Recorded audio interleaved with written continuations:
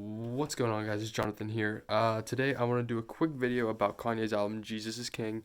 I wanted to give kind of my thoughts on it. And yeah, so the album dropped on Friday. The album was it's absolutely beautiful. It's probably one of the greatest albums of all time, to be honest with you. And I'm gonna back that up a little bit. Um, but if you haven't listened to it, please go and listen to the album. Um,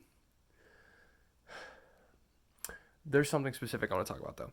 So in every single track, he mentions the name Jesus, right? In a good light, obviously.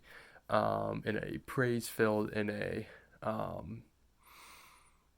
just a on your knees worshiping him um, way.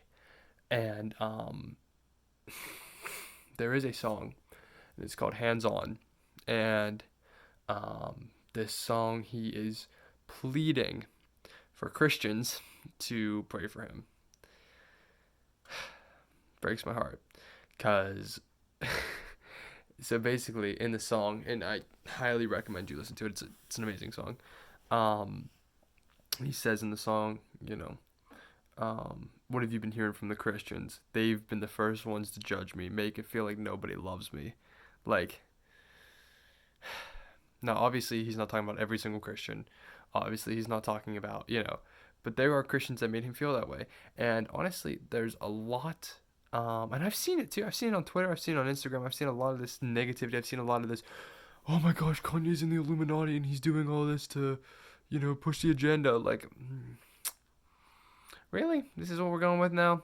Oh, his motives aren't pure. His motives, he has his own gains and he's doing this for the wrong reasons. Okay, well, Philippians 1, I think it was 1:18. You can check me on that. Paul's talking about how the intentions don't matter. Just because Christ is preached, we should be rejoicing. Okay? If the name of Jesus is preached, we should be rejoicing. You would think unbelievers know how to discern, right? So Kanye could have came out. He did not. Every time he mentioned Jesus was every gospel reference, every reference about God was spot on.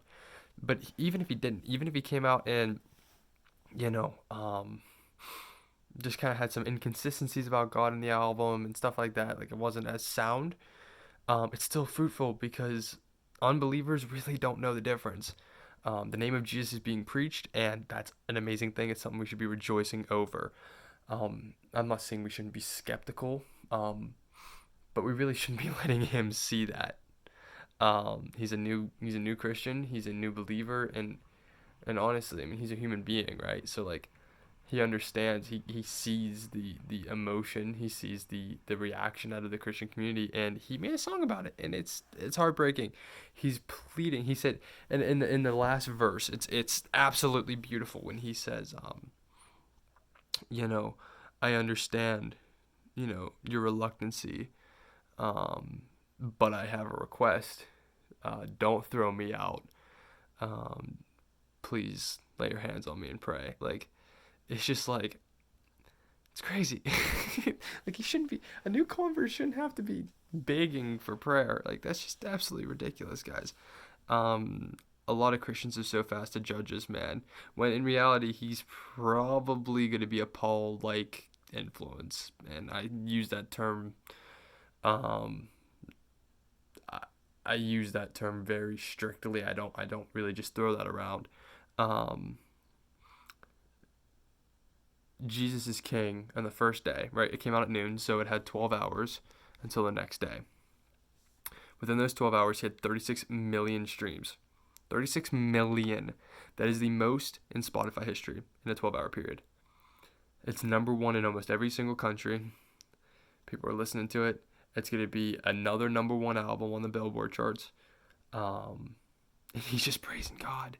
He's just saying, "This is what Jesus did for me." He's begging people to come to Christ. And if we can't celebrate that as Christians, are we really Christians? Yeah, I don't really think so. The man shouldn't have to be begging for prayer, and I think we should all take a really, really, really deep look into our hearts and see, why we have the first reactions we do, right? If your first reaction is skepticism, why is that? Because that's against what Paul says. We should be rejoicing just because the name of Jesus is being preached. We should be rejoicing. Okay, our first reaction should be rejoicing, not condemning, not skepticism. We should be inviting him. We should be praying for him. Even if you are a skeptic, pray for him because he needs it. Um, he came out on an interview and he was talking against abortion, and he just seems like he has a real heart after God, and he seems like, very genuine. I have a very strong feeling he's gonna be leading a very, very, very big revival. He will not be the only artist that makes a gospel album. A lot of artists are gonna follow. Um, yeah, I mean, this is just, it's incredible, and he's already got another album coming out on Christmas, so that's awesome too.